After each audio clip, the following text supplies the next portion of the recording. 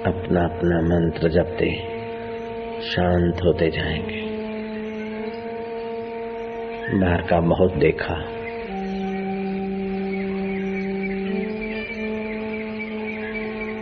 जिससे देखा जाता है उस परमेश्वर में स्थिति करते जाए। बाहर का बहुत सुना, जिससे सुना जाता है उसमें विश्राम पाले।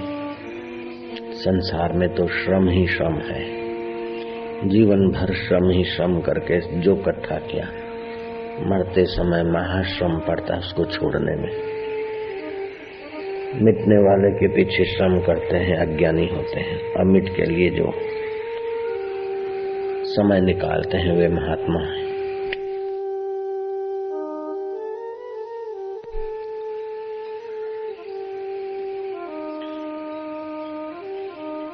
मधुर शांति।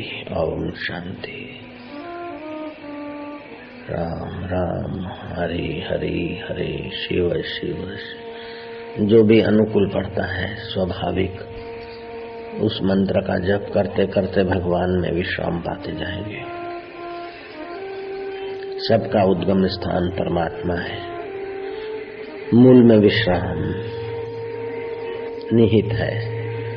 विश्राम से सामर्थ्य, आवश्यक बल की प्राप्ति, निर्बलताओं का अंत और नित्य नवीन रस उभरता है, नित्य नवीन सुख उभरता है, नित्य नवीन ज्ञान उभरता है।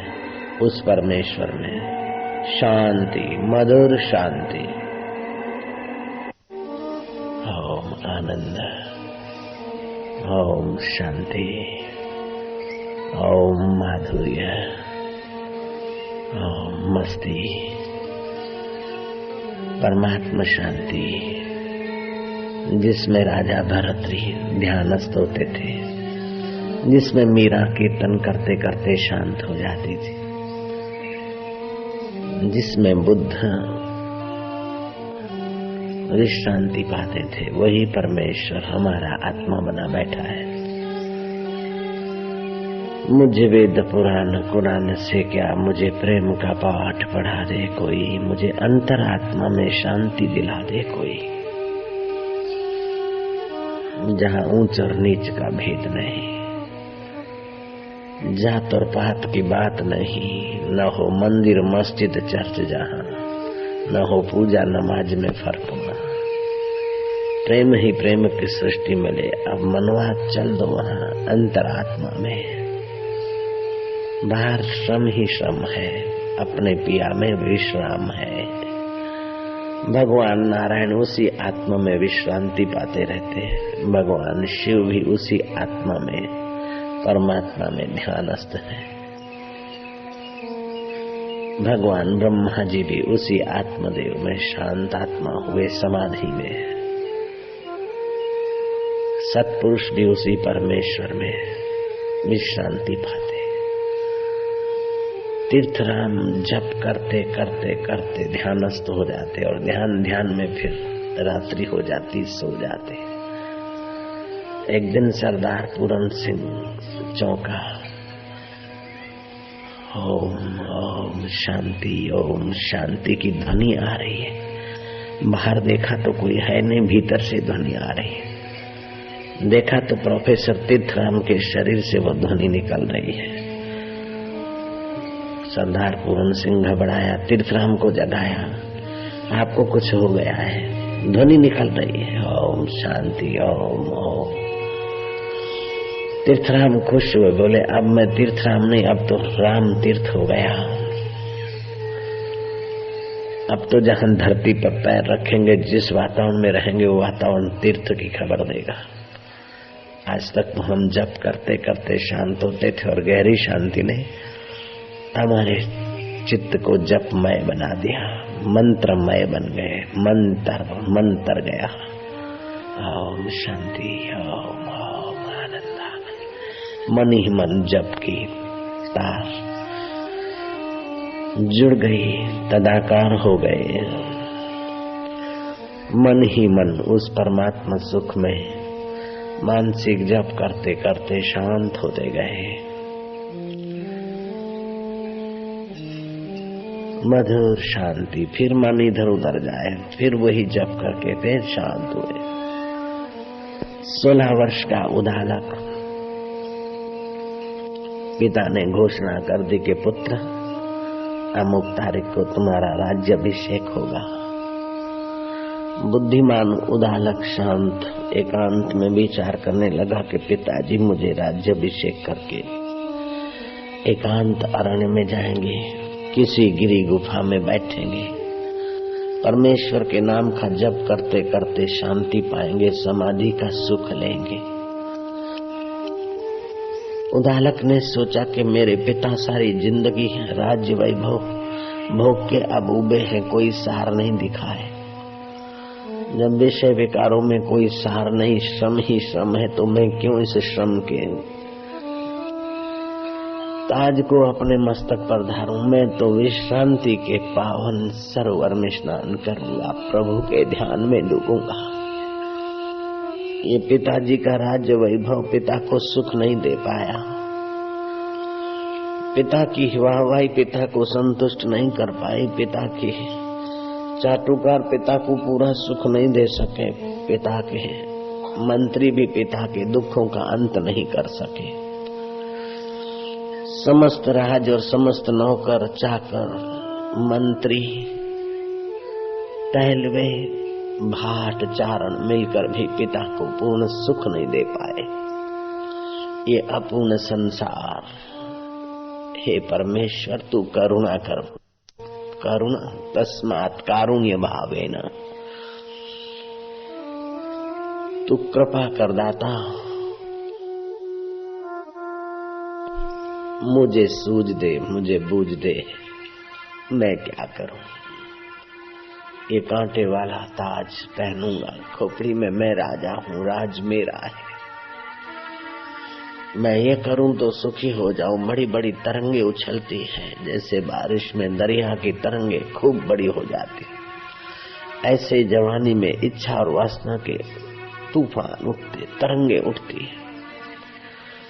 कईयों की ओन जवानी खप गई, कईयों का बुढ़ापा भी इसी तरंगों की थपेड़ों में खप गया।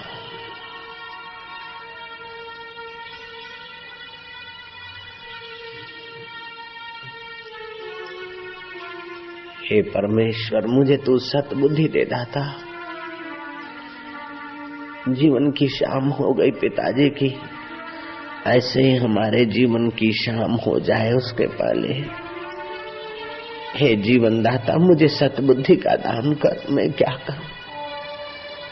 हे परमेश्वर सतबुद्धि का दान कर, हे कृपा निधान मुझे सत्य में विश्रांति मिले। तू कैसा है मैं नहीं जानता हूं, लेकिन मैं कैसा हूं तू जानता है। तू मेरा हाथ पकड़ मेरे देव। जिंदगी के 16 वर्ष तबाह हो गए, आयुष्य नाश हो गया।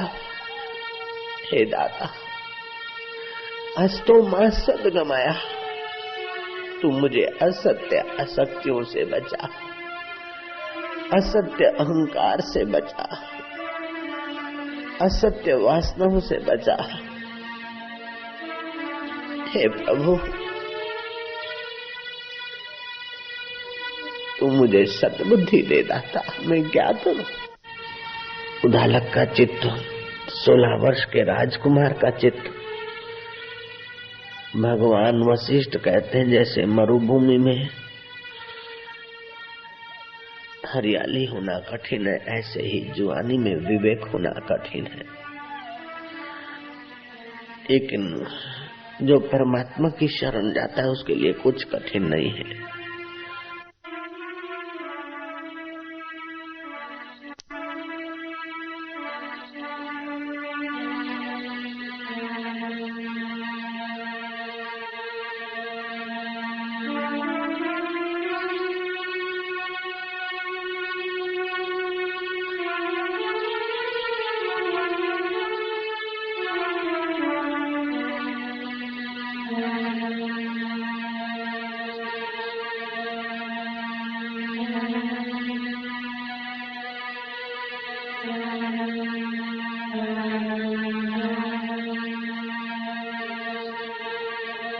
तो कहते हैं कि राम जी जैसे मरुभूमि में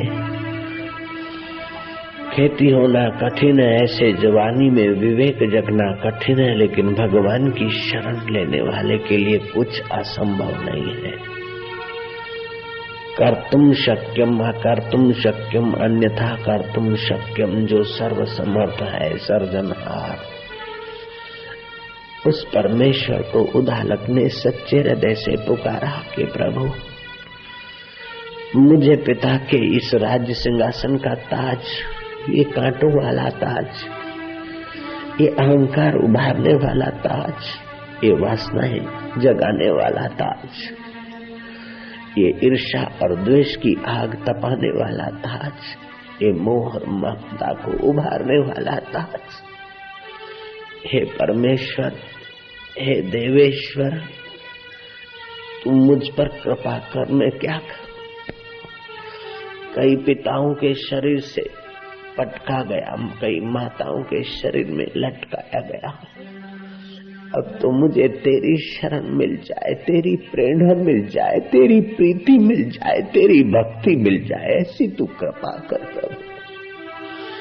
अस्तु मां सद्गमया, मुझे असत्य से बचाकर सत्य की ओर ले चल, मुझे मिथ्या से बचाकर शाश्वत की ओर ले चल, मुझे मरण धर्म देह अध्यास से बचाकर अमर आत्मा की ओर ले चल। छोरा कछोरा हो जाए तो मावतर कुमावतर नहीं होते। हे प्रभु, नानक जी ने भी प्रार्थना की, मैं निर्गुण यार की बेनती तुम सुनो, गरीब अनुहाज जो हूँ पुत कपूत हाँ तो पिता तेरी लाज। मैं कपूत हूँ तो भी पिता तू मेरी लाज रखे। हे विश्वनीयता, तू ही प्राणी मात्र का पिता है। उदालक की प्रार्थना ने उदालक के चित्त को पावन किया, क्षण भर विश्रांति मिली, बुद्धि में प्रकाश हुआ, मन में दिव्य भाव जगे। उदालक कभी कभी रात को विचारते विचारते दो आंसू बहा लेता, पूजा के कमरे में बैठ जाता, सच्चे हृदय से प्रार्थना करता। उदालक का मार्गदर्शक स्वयं परमेश्वर हो, जो सच्चे हृदय से उसे प्रार्थना करता है, उसका जप करता है, वो परमेश्वर उसे सद्प्रेरणा देते हैं। वे दयालु उस पर दया करते हैं, वे दाता उसे दिव्य दान देते हैं, फिर वो स्वयं दाता बन जाता है, साधक सिद्ध बन जाता है। उदालक को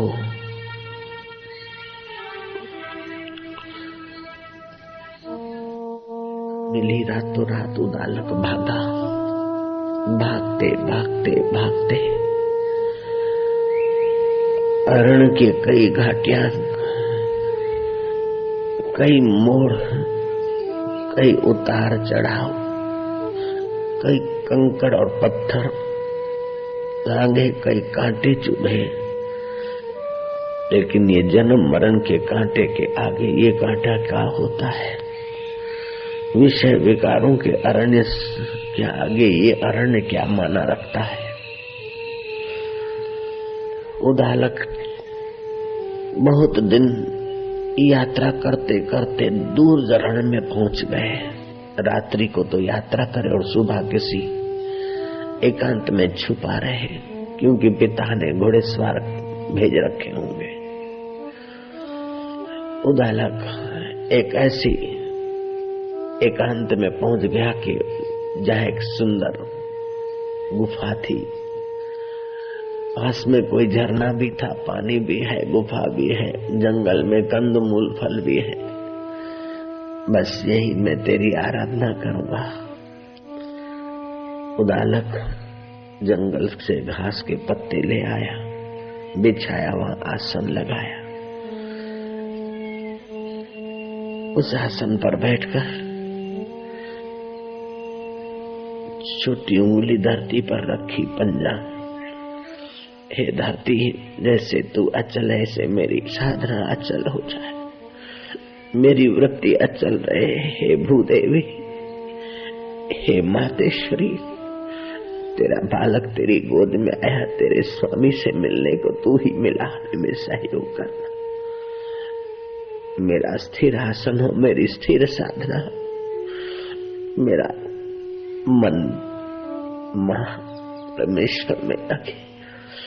जिनसे सत्संग सुना था उन महापुरुष गुरु को भी मन ही मन वंदन किया, उनकी कृपा, उनकी करुणा की भावना की याचना की। जो वो 16 वर्ष का युवक सीखा था उसी ढंग से कभी जप करे, कभी प्राणायाम करे, कभी ध्यान करे, कभी पंजों के बल से थोड़ा नृत्य करे, फिर श्वास की रिदम बदले और बैठे। कभी कभी उसे अच्छा लगे, आनंद आए थोड़ा सा, कभी उसके चित्त से हास्य उभरे, कभी रुदन उभरे तो कभी मन उबे। सोचे कि पिताजी खोजते होंगे, माता क्या सोचती होगी। फिर उदालक का मन पूर्व चित्ती के तरफ, चित्त में जो पूर्व के संस्कार है उधर जाता। फिर सत्संग की सुनी हुई बात उदालक को याद आती, दीर्घ उच्चारण करता, पूर्व की कल्पनाएं काटता। ये मेरे मन, पूर्व में तेरे कई पिता हो गए, कई माता हो गए, कई बार तू राजा बना होगा, कई बार तू देव बना होगा, कई बार तू इंद्र भी बना होगा। बन बन कर बिगड़ने वाली इस माया में तू कब तक उलझता रहेगा। अपने अमर आत्मा का अनुसंधान कर। ए मेरे दुष्ट मन, तूने मुझे धोखा दिया, मैं तेरे कहने में लगा, आंखों के द्वारा दृश्य देखे, लेकिन आज तक तुझे शांति कहाँ मिली। नाक के द्वारा कई सुगंधी, कई जन्मों में सुगंधी सूंघते सूंघते तू तबाह हो गया, कहाँ शांति मिली। जीभ के द्वारा कई चटोरापन करा कई युगों से, लेकिन तुझे अभी तक परम शांति नहीं मिली। शरीर के साथ द्वारा कई बार तूने स्त्री पुरुष, पुरुष बना होगा तो स्त्री, और स्त्री बना होगा तो पुरुष,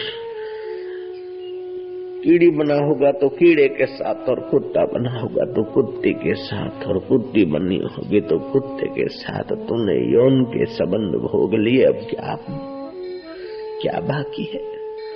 हे मेरे मन, केवल एक ही संबंध का अनुभव बाकी है, जीवात्मा का संबंध जो परमात्मा के साथ है। उस परमात्मिक संबंध के साथ मेरे मन तू जुड़ जा। तू क्यों मुझे भगाता है। जिसने अनुराग का दान दिया उससे कण मांग लजाता नहीं। अपनापन भूल समाधि लगा, ये पीहू का बिहाग सुहाता नहीं। जिसने अनुराग का दान दिया उससे कण मांग लजाता नहीं। अपनापन भूल समाधि लगा, ये पीहू का बिहाग सुहाता नहीं। नब देख पियो घर शाम ढले, क्यों मिट उसमें मिल जाता नहीं। अब सीख ले मौन का मंत्र नया, ये पीहू का बिहाग सुहाता नहीं। चुगता है चकोर अंगार, फरियाद किसी को सुनाता नहीं। ए मेरे मन, जिसने अनुराग का दान दिया उसमें तू अपना अहम मिला दे। हे मन, तेरा तो मंगल होगा, तेरा तो कल्याण होगा, मैं तर जाऊंगा। मैं तेरे साथ जुड़ा हूं, तू इंद्रियों के साथ जुड़ा है, और दुष्ट इंद्रियां बाहर की चीजों से आकर्षित होने में जुड़ी। नाम पड़ गया जीव। अगर तू मेरे को सहयोग दे तो मैं परमात्मा के साथ जुड़ जाऊं। हे मेरे मन, तेरी भी तबाही का रास्ता बंद हो जाएगा और तू भी परम शांति पाएगा, तू भी परम सुख पाएगा, परम माधुर्य पाएगा। अरे परमात्मा को पालेगा। जो साहिब सद सदा हजूरे, अंधा जानत ताको दूरे। जो हाजरा हजूर है उसको दूर समझकर कई सदियां बीत गई मेरे मन। उदालक बोलते हैं अपने मन को,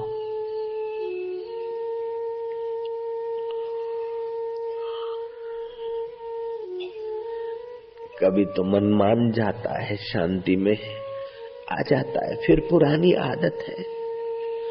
वशिष्ठ जी महाराज कहते हैं कि हजारों जन्मों के वासना के संस्कार दीर्घ अभ्यास के बिना नहीं मिटते। एक आध दिन, एक दो दिन ध्यान कर लिया और सारे संस्कार मिट जाए, संभव नहीं। ऐसे ही उदालक बार बार मन को समझाए, थोड़ी शांति मिले, कभी हास्य उभरे, कभी रुदन उभरे, कभी शांत तो कभी विक्षेप। ऐसा करते करते कुछ ही सप्ताहों में उदालक सतत लगा रहा गुफाओं में, सतत लगा रहा एकांत में। किसी व्यक्ति से बातचीत करने का अवसर ही नहीं, संबंध ही नहीं। सारे संबंध भूलकर सच्चे संबंध में उदालक लग गया। उदालक को प्रकाश दिखने लगा, नील वर्ण दिखा, नीला नीला प्रकाश। कुछ छोटी साधना करके सिद्ध बनने वाले समझते कि भगवान नील वर्ण है, ध्यान करके नीला प्रकाश दिखा, मान लेते साक्षात्कार हो गया। इसको साक्षात्कार नहीं कहते भैया, ये तो नेत्र प्रत्याहार सिद्ध होता है तो नील वर्ण दिखता है, और सत्व गुण से नेत्र प्रत्याहार सिद्ध होता है तो श्वेत वर्ण दिखता है। रजोगुण सहित रूप प्रत्याहार होता है तो नील वर्ण लाल रंग दिखता है। कभी कल्प कल्पांतर युग युगांतर के संस्कार उभरते हैं तो कुछ अपने संस्कार के अनुसार दिखता है।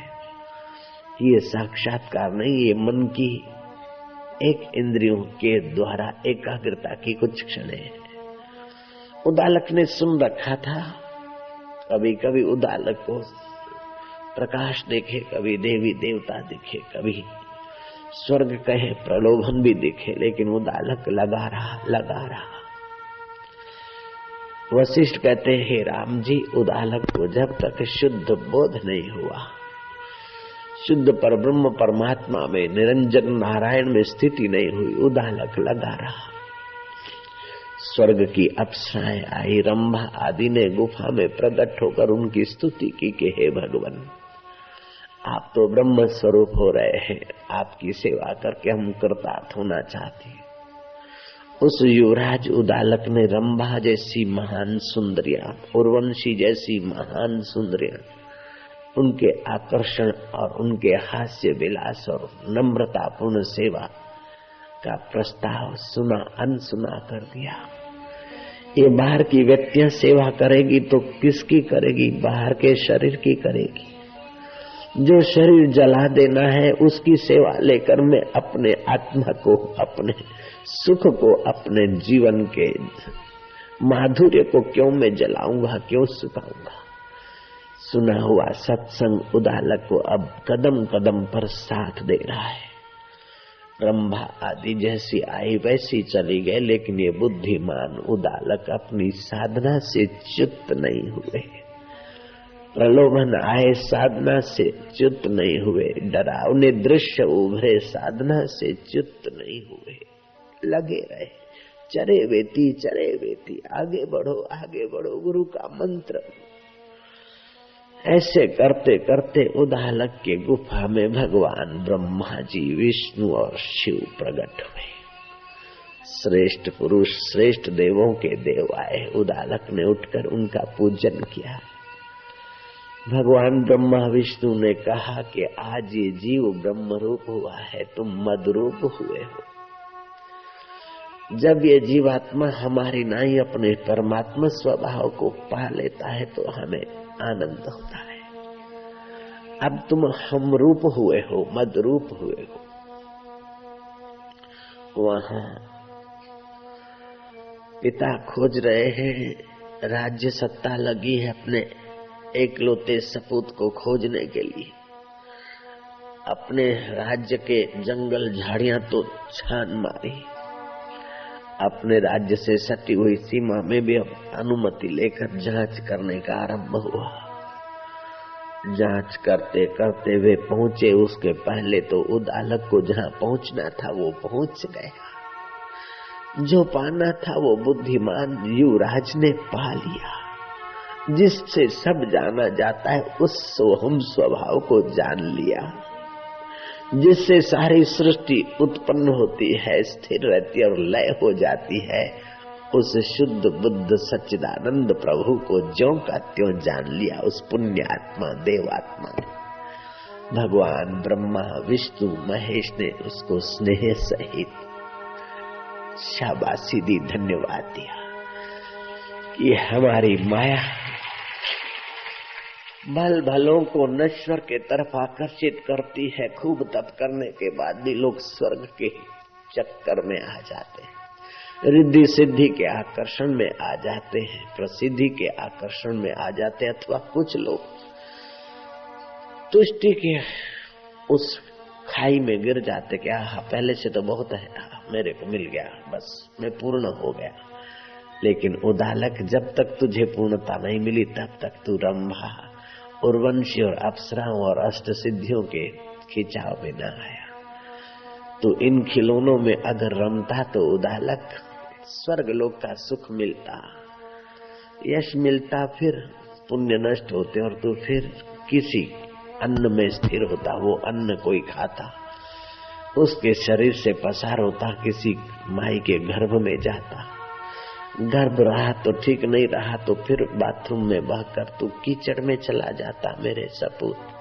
लेकिन इस दलदल में और कीचड़ में तो करोड़ों बार गया। अब तू अपने आप में जो हम है वो तू है, जो तू है वो हम है, अपने आप में तू आया है उदालक।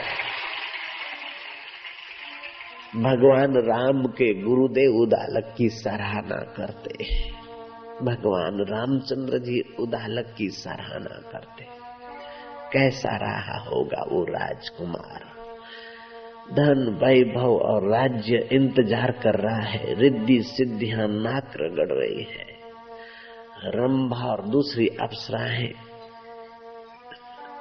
अपना 16 श्रृंगार करके आकर्षित कर रहे, लेकिन कैसी रही होगी उस विवेकी की मति गति, किसी के आकर्षण में नहीं आए।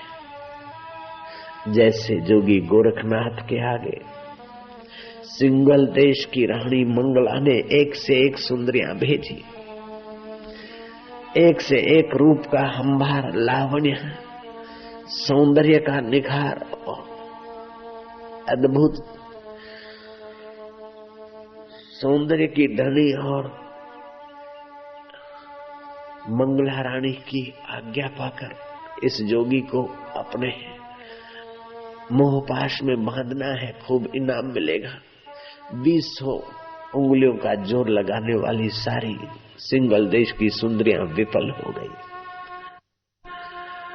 ऐसे ही अप्सराएं विफल हो गई, यक्षिणी और किन्नरियां विफल हो गई।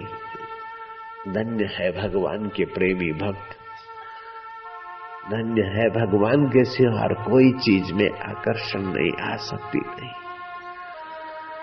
भगवान ब्रह्मा विष्णु महेश अभिवादन करके उसको धन्यवाद देकर शाबाशी देकर अंतर्धान हुए।